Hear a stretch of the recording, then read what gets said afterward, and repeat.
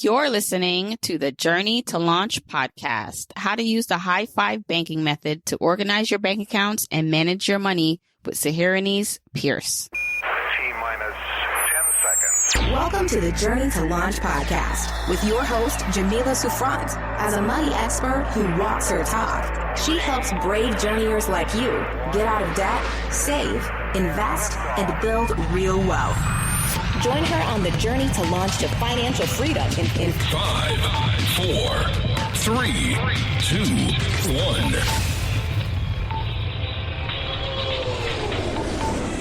Hey, journeyers. Welcome to the Journey to Launch podcast. If you're brand new here, you may be wondering why I'm calling you a journeyer. Well, that's what I dub my tribe, my crew, people who are on this journey with me to financial freedom and independence. So I'm happy that you're tuning in. And this week, I am talking to Sahirenys Pierce, the creator of the high five banking method. Now, I originally met Sahirenys at FinCon. So FinCon is the personal finance conference or finance conference for creators. So if you're in the personal finance space, you're a blogger, content creator, podcaster, you are an influencer, like FinCon is the place to be in terms of networking and meeting people. And I actually met Sahirenys at the last FinCon I went to, and she was so nice. She came up to me. She said she was a fan of the show. She was a journeyer and that she created this high five banking method. And so I was really excited to be able to keep in touch with her after FinCon and then bring her on the show so you can hear all about it. Because listen, we all have big goals, whether it's retiring early or reaching financial independence, paying off debt, saving. And the only way we can do those big goals is if we can manage our money well. And so I know some people get really caught up in the day-to-day money management of it all. Like, where does my money even go after I get my check? Like, how do I make that efficient and simplified? And so Sahirenys created this really cool banking method, and she's going to talk all about it in the episode. And she also has a really nice story about why, for her, getting her finances in order was so important when it came to her son. So definitely listen up for that. Okay, before we do hop into the episode, I just got to let you know about this free training that I'm putting on with former guest Teri Ijeoma. So Teri was on episode 154 of the podcast, and the title of her podcast was How She Quit Her Job to Begin Trading Full-Time and Traveling the World. So if you did not listen to that episode, go listen to that episode. Walk, don't run your fingers to find that episode. And Teri talked about how she was able to quit her job and travel the world. And not only has she now created a business out of trading, she's helping other people trade also. I got such good responses and people interested in what Teri was doing and her class that she offers. I mean, a lot. Even my little sister was DMing me and texting me like, I'm joining her course. And I was like, okay. So I wanted to be able to team up with Teri to bring more information to what she does, and that's what we're doing. So on June 3rd at 8:30 p.m. Eastern Time, Teri and I are teaming up to bring you a class, how to make money in the stock market and to avoid the uncertainty of the economy. And I'm really excited about it. So if you want to join us for free, this is a free class, go to journeytolaunch.com/trading class. Once again, journeytolaunch.com/trading class to join us on June 3rd at 8:30 p.m. Eastern Time. If you want the episode show notes for this episode, go to journeytolaunch.com, or you can click the description of wherever you're listening to this episode to get the full episode show notes. Now, if you are a new listener to the podcast or an OG journeyer, I've created a jumpstart guide to help you on your journey to financial freedom. It includes the top episodes to listen to, the stages to go through to reach financial freedom, resources to help you, and so much more. Get it for free by texting LAUNCH to 33777. Text LAUNCH to 33777 or go to journeytolaunch.com/jumpstart to get your guide for free right now. Okay, let's hop into the episode. Hey, journeyers. Okay, so I have the pleasure now of introducing you to Sahirenys Pierce of Poised Financial Lifestyle. Hi, Sahirenys. Hey, how's it going? Good. I'm really excited to have you on. We met in person at FinCon in 2019, right? And you were just so nice. And you talked about being a fan of the podcast, and you shared with me this very cool method that you have, this high five banking method. So I definitely want you to talk about that because it helps you organize your finances. And I think that's going to be super helpful to journeyers and listeners. But you also have a very cool personal finance story yourself. So I do want to talk through with you how you paid off $99,000 of debt in 5 years. Yes. So many places we can begin, but let's first talk about like that debt. What made you so interested? Because you have your own brand talking about personal finance. What made you get into this point where you're like, all right, I have debt. I need to pay this off. What was that journey like? I think it started off when my family hit really hard times during the '08 recession. They were doing so well financially from the outside looking in, even as a kid. And when I saw how drastically the economy affected them financially, it really made me look at my finances differently, everything differently, from credit to debt to just the way that we naturally do things, how we buy houses, how we finance cars. And I got instantly kind of scared about student loan debt because that was where I was approaching into. And right away, when I got with my fiance, my husband, back in the time, we started talking about finances. And this was when I started transitioning into the finance career. I changed degrees from pharmacy to finance. Again, I was going through a different stage in my life where I was starting to see more value in figuring out how do we realistically protect ourselves financially, especially since, you know, our community from Latinos and Black people, we don't really know the basic foundations of finance. And that scared me. I was like, okay, we're working hard. We're starting businesses. We're becoming a little bit successful, and then we're losing it all. So that's when I transitioned into the financial planning industry. And one of the things that really scared me that I talked to my spouse about was, now that I'm in the financial planning industry, I can't file bankruptcy. So that instantly scared me a little bit. I was like, wow, I could lose. Okay, so I want to go back a little bit. So you went to school for pharmacy and then your major was finance? Mm-hmm. So I completely transitioned. I went to college probably for the wrong reasons, just to make money. And then I started realizing, I found out that my school offered a new program called financial planning. It's like a program for to get your CFP within the finance major. And I was like, wow, that's interesting. This is something that I naturally do. I love talking about money. Everyone's like, you're obsessed with money. I'm like, I'm not obsessed with money. I just want more options. I want more stability. I didn't go into it for the money. That's the funny part. I went into it because I was really upset and frustrated about how our community doesn't know anything about investing and just how to realistically manage our money correctly. So that was the main reason. But then again, I got a little scared because my partner had student loan debt. I had student loan debt. He just got a car. I needed a car. I was like freaking out. I'm like, I do not want to lose my career, because if we file bankruptcy, I pretty much lose my career.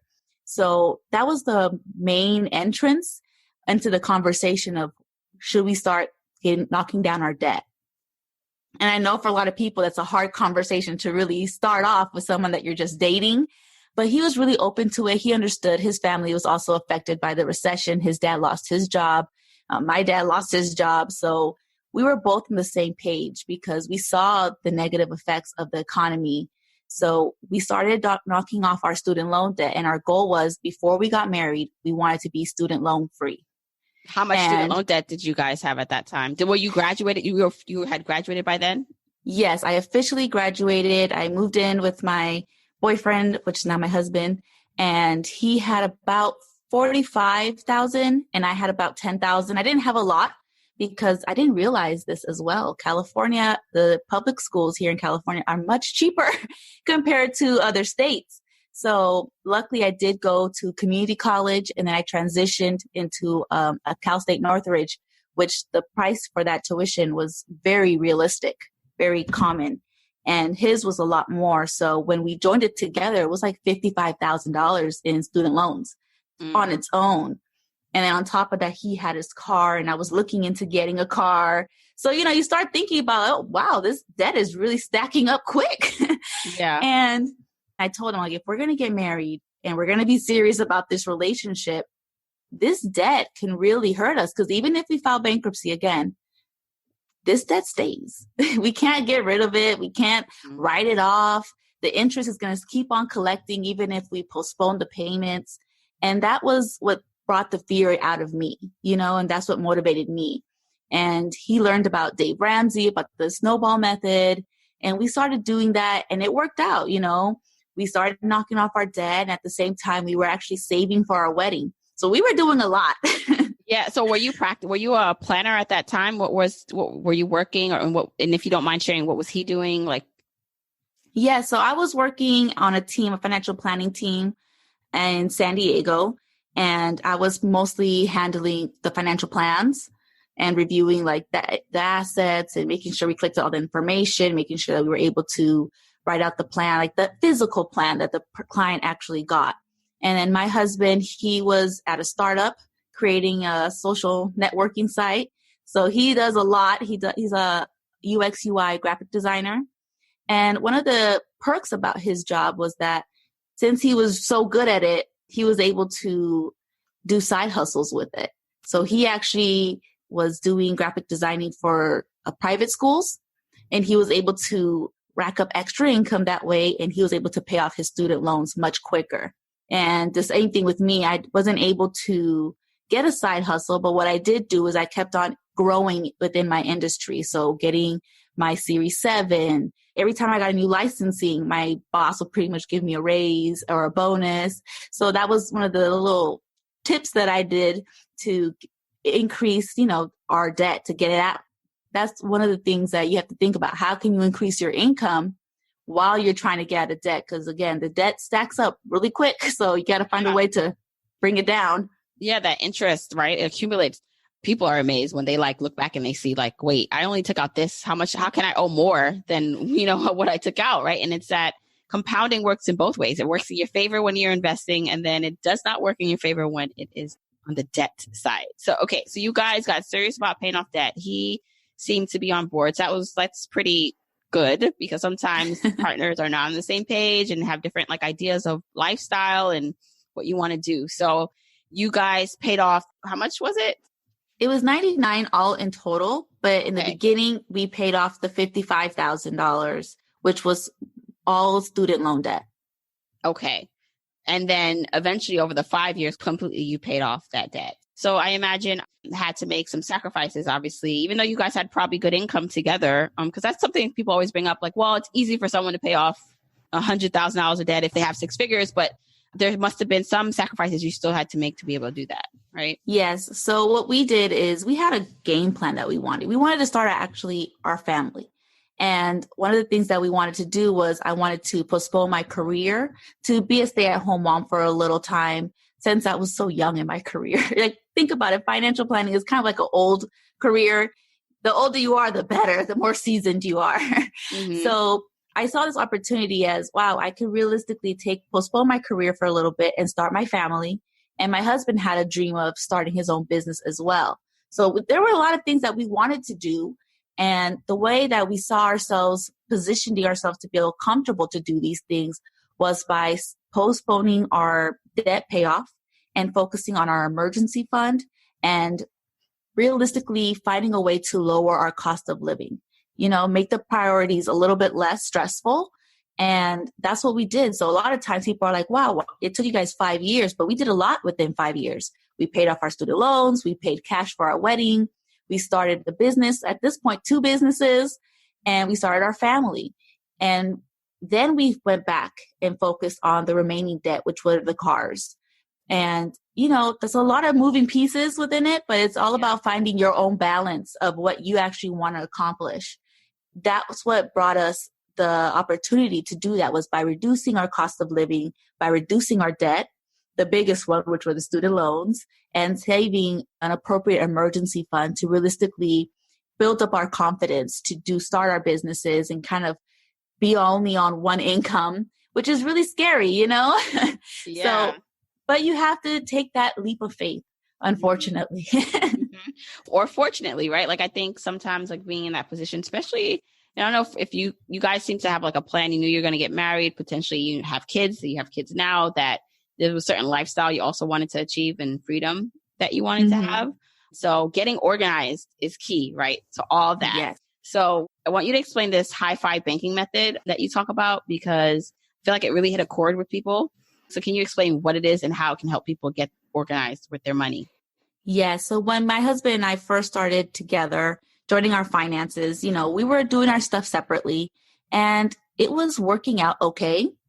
I could tell for him it was a little weird. And for me, it was getting a little weird because we had joint bills. We had to lower our lifestyle expenses. We had to start prioritizing paying off debt and saving for our wedding. There was a lot more moving pieces like the older we got. And we started realizing having all of our finances go through one checking account and one savings account isn't working anymore. Like that worked when we were in college and when life was simple, we had very few bills. But now as life started becoming more complicated with more bills and more responsibilities, we figured out that we have to get organized and have a clear path of where we're going. Because sometimes when life's a mess, your finances feel like they're a mess and you just feel overwhelmed and you kind of want to just ignore it. So what we did instead is we started reevaluating our current bank accounts. And what we realized was that we need one joint account to pay our bills because at that point we were both working. So we realized he had two accounts, checking and savings. I had my checking and savings. We realized that we had a lot of accounts with no purpose. It's like, what are all these accounts for? There's no realistic purpose behind them. They're just there. And what we started doing was repurposing our accounts first, finding purpose in what we're paying, what we're saving for, what are we doing with the income that's coming in, not just going emotional shopping or something like that, because that happens as well. So what we decided to do was to open up an account specifically for our bills. And then we had our own accounts for our lifestyle. And then after that, we realized, thinking about the Dave Ramsey stuff and all the stuff that I learned at school, we realistically do need an emergency fund, one that we have together. So we had one of the savings account designated as our emergency fund and so on and so forth. And then realistically, what I want to say is this stuff made sense, separating your accounts with purpose. But I didn't realize how much value it had until later on.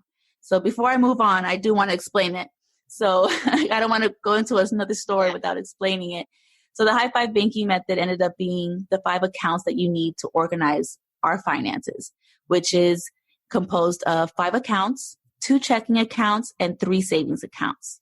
The first checking account is going to be for your bills, where we prioritize only our mandatory needs. After that is a lifestyle checking account for fun. Because again, we're not going to kill ourselves. And there's things that you do want to do on a monthly basis that, that are hobbies or that relax you or that make you happy. And that's okay. That's what makes you unique. There's nothing wrong with being unique. Mm-hmm. And after that, we go into the 3 savings accounts, which is going to be the first one is your emergency fund. After that is your long-term goals and then your short-term goals. And we naturally saved for our wedding through our long-term goals because we realized that it was going to take us longer than 12 months to realistically save for this because it was kind of expensive and we were paying off debt.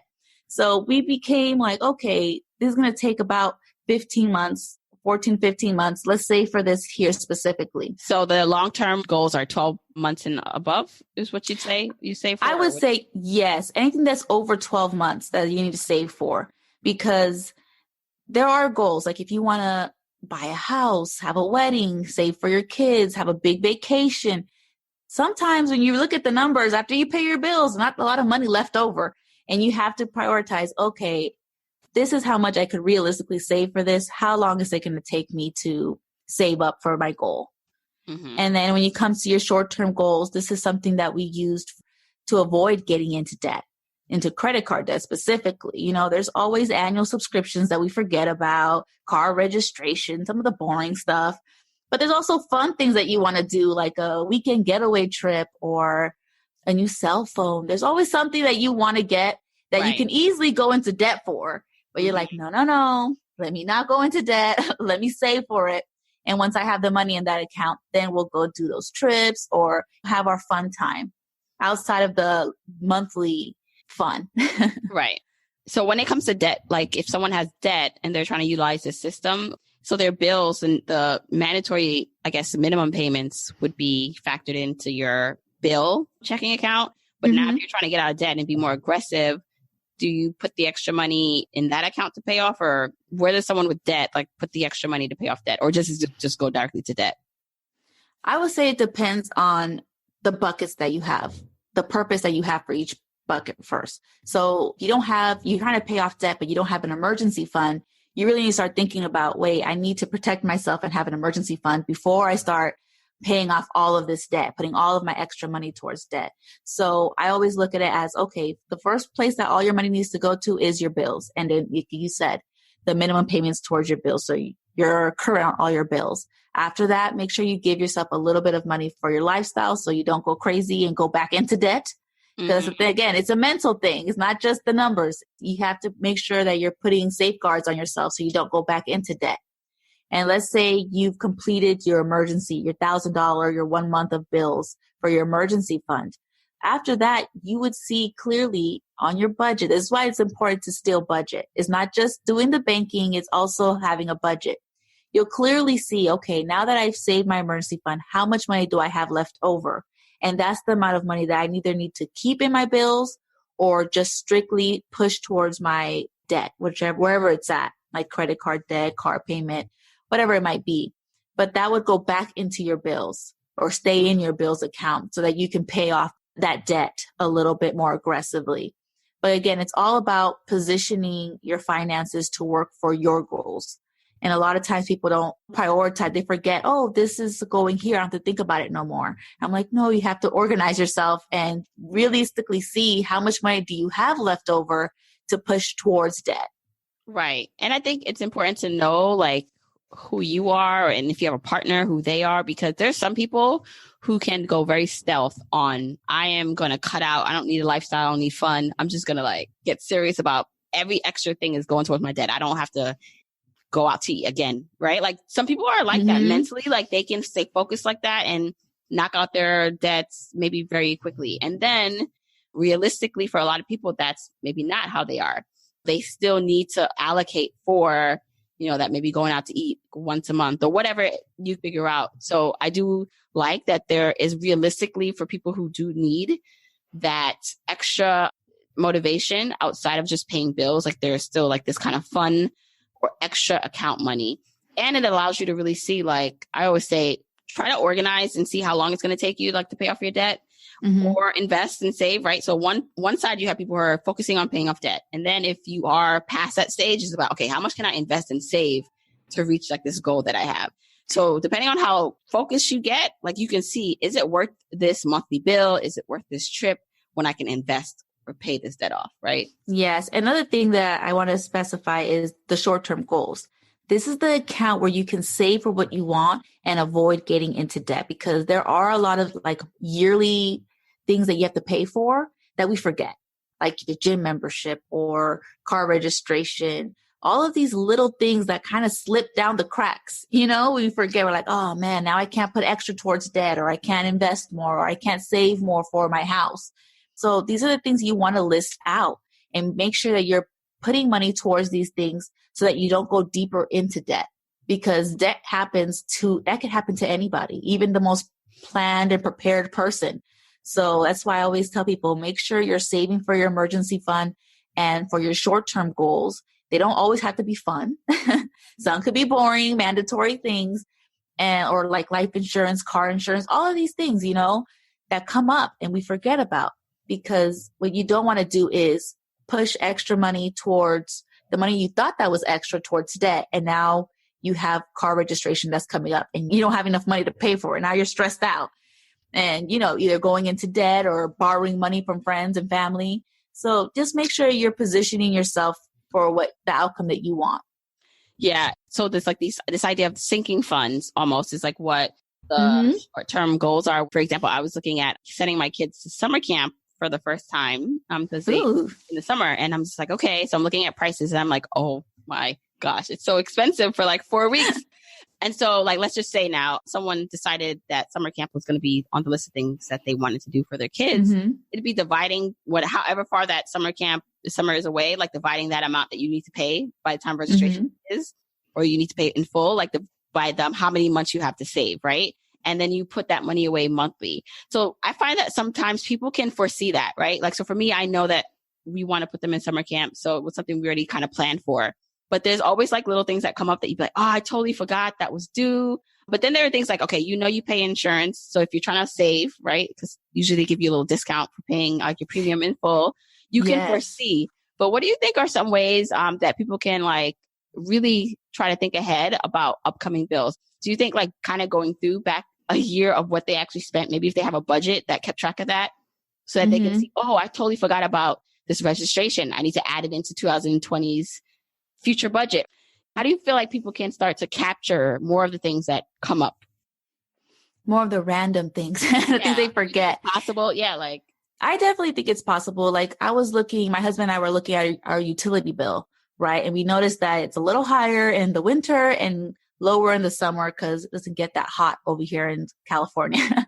And we realized what our average realistically was, right? And what kind of bills we actually have. What does our lifestyle actually look like? And what I disagree with a lot of people that they do is they try to make a concrete budget. Life is not concrete.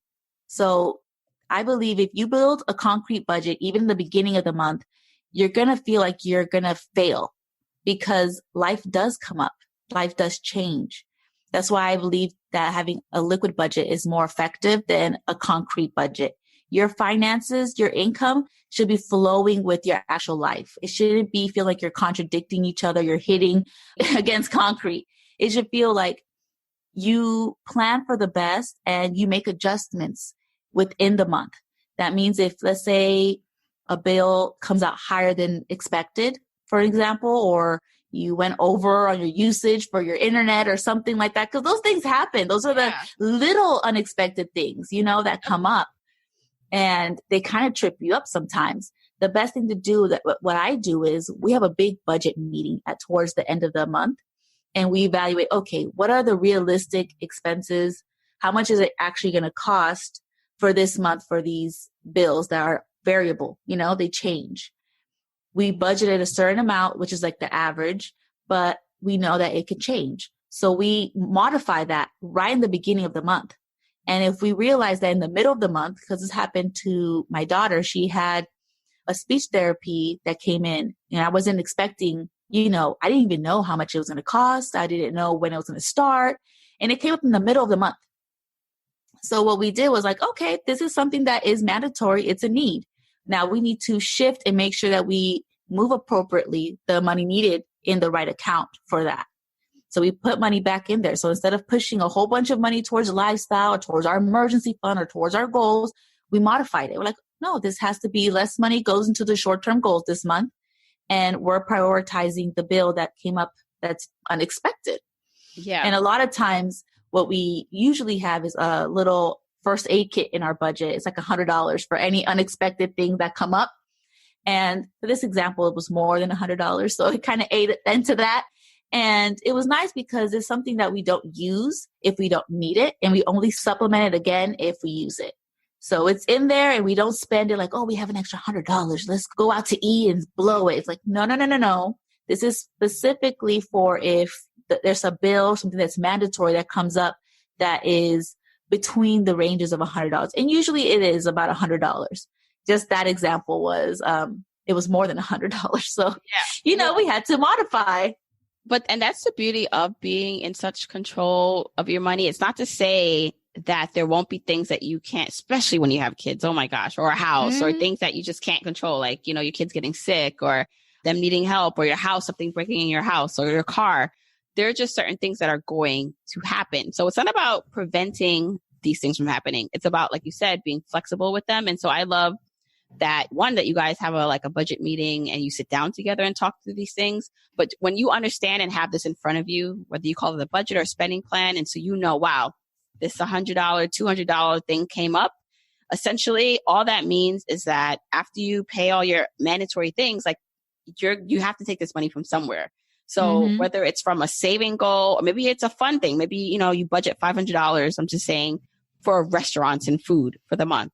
And you have this thing that comes up. And if it comes up at a certain time in the month, we haven't blown through all your restaurant money yet. You can say, well, this is more important and I'm still trying to reach my short-term goals. So I'm not going to pull it from my short-term goals. I'm going to pull it from the restaurant budget. Like we cannot go out to eat for twice this month to accommodate. Like that is the beauty of knowing the numbers and being in sync with things, right? Yes, definitely. And it's prioritizing what's most important. A lot of people get paid twice a month, let's say, for example. The first check usually goes into their bills to pay for all of their bills. And then the second check still pays for some of the bills. And at that point, you have to be like, okay, this came up in the middle of the month. I need to have a little bit extra. More money that I expected is going to actually stay in my bills account, and less money is going to be prioritized to the rest of my goals or my lifestyle. And again, you have to modify. Living in a concrete budget isn't realistic, and feeling like you failed is ridiculous. You shouldn't feel that way. And that's one of the points that I want to make sure that I talk about, because a lot of people feel like they're failing at their budget. And a lot of times you're not failing your budget. You're living real life. It has to be liquid. It has to be flowing with the reality. Because if life was perfect, then everyone would be debt free as quickly as possible. You'll have a perfect concrete budget every single year, every single month. And that's just not how life is. And that's why I don't promote people to have a concrete budget and to even be flexible, even when you're in the month, because a lot of times things do come up and you just have to flow with it. Budget is more a spending plan. It's a plan, but it's also a record of what you actually spent. And it allows you to look back and be like, oh, wow, I spent about $200 on extra medical stuff this last year. That's interesting. That's like good information to know. Like, okay, maybe this year I need to budget a little bit more for medical stuff, because obviously I'm spending more money on medical than I thought I was. Yeah. And I also, for some people, like they're not tracking what they're spending, they also have just a warped sense of what it is, the actual numbers. So like, yeah, I know I spend money on Uber. Yeah, I know I spend money on going out to eat. But if they're not tracking that, they probably think it's way less. Sometimes more, but most times it's less. And then like when I have people go through and actually like assess and look at what they spent, they're like, I didn't know it was that much. Like I didn't know I was spending $500 on this thing. I thought it was like 200. And it's like, no, this is why it's important to kind of just have a record of what you're doing so you can be accountable to the number when it's in your face. Yes, definitely. It's definitely good to be realistic and to look at your actual numbers, because a lot of people don't. And that's one of the things that I get with people when they're trying to do the high-five banking method. They're like, oh, does this mean I don't have to budget? And I was like, no, you still have to budget. It's not a budget, but you still have to budget, because that's kind of like the secret beauty behind the high-five banking method. It kind of forces you to budget and to look at your numbers right in the face. And for a lot of people, when they're doing like listing out their actual high-five banking method, what goes in each category, they'll pause at the short-term and long-term goals, and they'll realize they don't have any long-term or short-term goals. And that's very surprising to them. They're like, wow, I thought I did have a lot of goals, and I actually haven't put any action towards achieving those goals. You know, I've just been spending, and not really thinking about how am I actually going to achieve these long-term goals that I've been wanting to do forever, but I just haven't really prioritized. Yeah. Okay. And so with the high-five banking method, I know it's going to be different for everyone, but do you keep all yours in the same place? Do you put some in a high yield interest account, which we can talk about a little bit more, like for your long-term goals, so that you're earning more interest on it than in a traditional bank account? Of course. Yes. I don't recommend everyone to have all their eggs in one basket. That's the thing too. You got to kind of like diversify a little bit. And it's mentally, it actually benefits you to have your emergency fund away from all of your other short-term and long-term goals and your other spending accounts. Because if you're looking at it, for a lot of people, they look at it and they want to spend it on non-emergencies.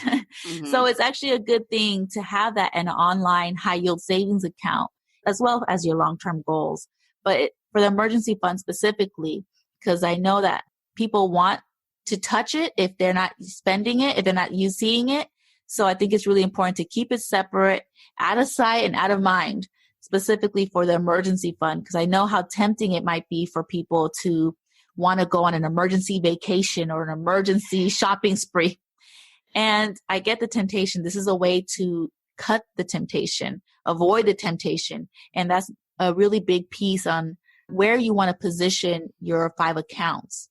Know yourself, what are your flaws when it comes to your spending habits, and realize, okay, I need to position my emergency fund away from me. The same thing as my long-term goals. If I look at it, I'm going to want to spend it. I just want to put money in this account and not look at it anymore. and know that the interest is growing in a high yield savings account and have confidence that I'm achieving this goal and I don't have to be looking at it every single day. And that's like hard for some people because they're so used to seeing that one savings account in their checking account when they log in saying, oh, I have extra money in there. I could buy this dress, or I could buy this, I can do that. And it's like, no, this money has a very specific purpose. For an emergency fund, your long-term goal has a very specific purpose, is to buy your house. Same thing with your short-term goals. You got to be a little careful in where you place them because you will spend the money for non-goals. If you're not disciplined. And that's why it's important with like a running budget, because if you just have one account, like I do have one, we have a high yield account for like our backup emergency savings. And then we have another savings account. But the reason why I know, like, because I keep a budget, so I know exactly, like, if, let's just say there's $10,000 in this account, I know based on my tracking and every month looking at it that, really only 5,000 of it is for the house emergency fund that we have. And the other 2,000 is for the car. Like, so you have to, some people look at things like as a big bucket. And again, it's going to be determined on how you best, if you're listening to this and you're like, like the way I manage my money works, like, that's great. This is more for like, if you're trying to figure out like why it's not working currently or why you're not hitting some of your goals. So if you find that having just one lump of money doesn't work and you're not keeping track of like where it's allocated, like this, I think is a great way to start doing that, to start tracking it. I completely agree. So to me, again, it's don't save just to save. Don't spend just to spend. Bring purpose into what you're doing. And a lot of times that will be the motivation that allows you to cut those urges and actually start saving for what you actually need. And we did the same thing with our emergency fund. We were building our emergency fund. I know that it's a little bit more fun, I guess, paying off debt and seeing that number go down, and a little bit less fun saving for an emergency. Like something crazy happens, you're just like, that's not very motivating. But the way that we took it was by splitting up our emergency fund goals. The first 1,000, that's a nice starter emergency fund. But how much is my actual rent? My rent's $1,500, let's say, if you live in a big city. And you're like, okay, that's motivating. My first little pocket is going to be my starter emergency fund. The next little pocket is going to be my rent. After that, it's how much does it cost if I get hospitalized? $2,000? Okay, well, I have that. You're growing your emergency fund. You're building purpose into it. You're not just saving to save, because every goal does have different meanings behind it. Again, if you don't have purpose behind it, you're not going to take action on it. And that's the one thing that I've learned with the high-five banking method. I thought that it was a good idea. It's a good idea. It makes sense to separate your bills and lifestyle. It makes sense to separate your emergency fund from your short-term goals. It makes sense. But that's how I took it when I first started separating my accounts. But what I realized when I created the high-five banking method, the reason I created it was because I found more purpose. So on my 27th birthday, I found out my son had a heart defect called tetralogy of flow. And it was very overwhelming and very difficult because you're finding out your son is sick and they needs open heart surgery either right when he's born or 6 to 12 months later. So right away, you start getting really emotional about your spending or just life in general. A few days later, towards the end of the month, my birthday is June 22nd. So I was funny because I thought the best birthday gift would be to do a gender reveal birthday cake for my birthday. I was like, I went in to go see what my child's gender was. And then they told me it was a boy. I was like, oh my gosh, I'm gonna get a blue cake in the inside. And then things changed. I found out that he actually had a heart defect. And a few days later on the 30th, my husband actually got a side job that actually paid for the actual surgery. So right when that happened, when we found out he needed surgery, and then later on, he got a job that offered the exact same amount that the surgery cost. Mentally, I was like, this is a blessing of God letting us know that he got our back. And right away, I told my husband, this needs to go in our short-term goals account. And we're repurposing this entire short-term goals account for the surgery that we know is going to happen. It's not an emergency fund need. We've been told very clearly we have 5 more months to prepare for this. So I found purpose within saving for my short-term goals account. And then when that situation came, when it was time for my son's surgery, my father-in-law actually passed away a week before. I found out I had thyroid problems. My husband didn't work for that entire month. And for a lot of families, having an entire month of no income is overwhelming. Yeah. It's overwhelming. Yeah. All of this happening within 30 days. And what I realized was that I found a lot more purpose in the high five banking method of having a clear path and having our finances organized clearly in a time that I had no need or no desire to even look at my budget. And it felt really good knowing that I had the money for my bills, even though my husband didn't work for an entire month, in my bills account. It felt really good to know that I can tell my husband, babe, go to your dad's funeral, go see your dad. And we had the money in our emergency fund. And it felt, again, really good knowing that we had the money for our son's surgery in the short-term goals account. Everything had so much more purpose behind it. And I didn't realize how important it actually was emotionally when you're going through so much, when your life's a mess, to have your finances organized in a clear way that, you know, relieves the financial stress. Because I did see families that they were living in their cars. They had to quit their jobs. They were getting donated food from the Ronald McDonald House. They were living there. And other kids having like similar surgeries that you were families? Yeah. So in the waiting room, you know, we're all waiting to hear the news from the doctors of the surgery. And you start talking to other people. They tell you not to, but you know, you're grieving at the same time. You're praying that everything goes good for your kid and all the other kids that are there as well. And you start learning that a lot of these people are going through really, really difficult times, not just emotionally and health-wise with their kid, but also financially. And I didn't realize how much of a blessing it was that we didn't have to deal with the financial part, you know, because after the surgery was a success, thank God, a lot of people come home and that's when the bills start to come in. You're late on your rent. You're late on all your other bills. The medical bills start to come up. And this makes life much more stressful, you know, when you're just trying to recover in peace and really savor the moment of the blessings that you received. So that's when I started realizing, wow, the high five banking method doesn't just make sense. It's actually very beneficial on a value stance emotionally when your life actually starts to hit you. And a lot of people might not have the same situation I did to hit them all at the same time. Yeah. But throughout life, we all have different situations that come up that stress us out to a point that we can't even look at our budget. We can't even look at numbers. We forget that we didn't pay the cell phone bill or the water bill. And it just gets overwhelming for a lot of people. And I know what that feels like. You know, I know that you're scared to get into debt. You're frustrated with your finances and everything in life. And this was a way for me to organize myself and just see the light at the end of the tunnel and have a clear path and feel confident knowing I have the money for this. I don't have to stress out and think about paying my bills or if I have enough money for food because I've prioritized this in the beginning and I have a game plan, a structure that's working for me to protect me while I'm in an emotional state in life. Yeah. And I think I'm so glad that you like dove deeper into that because one of the things I always say is that, you know, there might be some people who are already in the thick of the emergency. And so they didn't have time to prepare. And so like, yes, it's kind of like you deal with the emergency, deal with the mental and emotional stuff first, just deal with what's in front of you. But if you are so fortunate to have not had or are not in a dire situation now, meaning you can start to get things together. You can start to make a real plan of attack to pay off debt, make a real plan of attack to save for that emergency fund or leaving your job or whatever reason, right? Because the things you do all lead you up to be prepared for things like this. And a lot of times we don't know what we're preparing ourselves for. You know, we're thinking, oh, I'm saving my emergency fund. I'm paying off debt just to pay off debt and get better financially.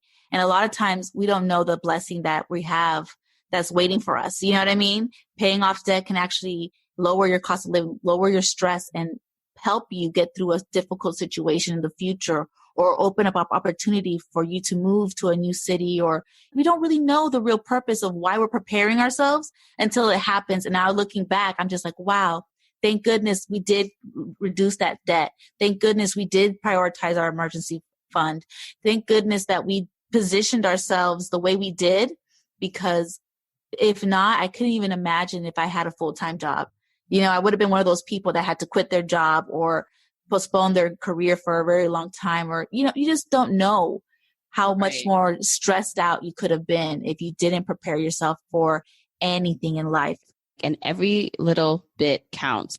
Whether you're on the debt payoff journey or you're now focused more on saving and investing, and sometimes your goals seem so far away, but really it's all preparing you. You just never know. You never know what the next day or a couple months or a year from now, what opportunity it can help you with or what tragedy it can save you from, or at least not make everything such a mess that it's something you can't recover from. So I just think, I love that you shared more of that. Thank you so much. I'm definitely going to share like the high five banking method. I know you have some like great graphics. I'm going to share all of that with my audience and in the show notes. So Awesome. You can see it.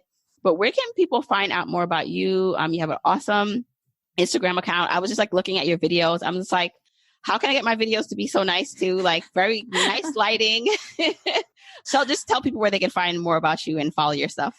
So on Instagram, my Instagram is Poised Finance Lifestyle. I also have a blog where I share a lot of great content. It's called thepoisedlifestyle.com. And a lot of my videos, you can find them on YouTube as well. Poised Finance and Lifestyle. And again, I do put out like Q&As about the high five banking method and different financial topics as well. But if you want to read the entire blog, where in detail of the high five banking method, definitely go to my blog, thepoisedlifestyle.com. It's up there, a big blog section right there, the high five banking method, because I know it's just so important. And I really want to make sure people get the information right away, because I know that it's hard to organize yourself. So yeah, that's on there. Okay. So I will make sure I link to all that. Thank you so much again for coming on the show. Thank you guys. Okay, Journeyers, I really hope you enjoyed that episode with Sahirenys, and let me know if you try out the high five banking method. I really would love to see if you maybe try this method out and it works for you. Let me know. As always, you can tag me on social media. I'm at Journey to Launch, and let me know what you thought. Tag Sahirenys on social media so we can see like if you're going to try and use this new method to make things more simplified and organized for yourself. Don't forget to sign up for Teri and I's free class on June 3rd at 8:30 p.m. Eastern Time. You can do that by going to journeytolaunch.com/trading class to grab your free seat right now to learn all about trading and what Teri does. Don't forget, if you want the episode show notes to get any of the links mentioned in this episode, go to journeytolaunch.com or click the description wherever you're listening to this to get the link to the show notes.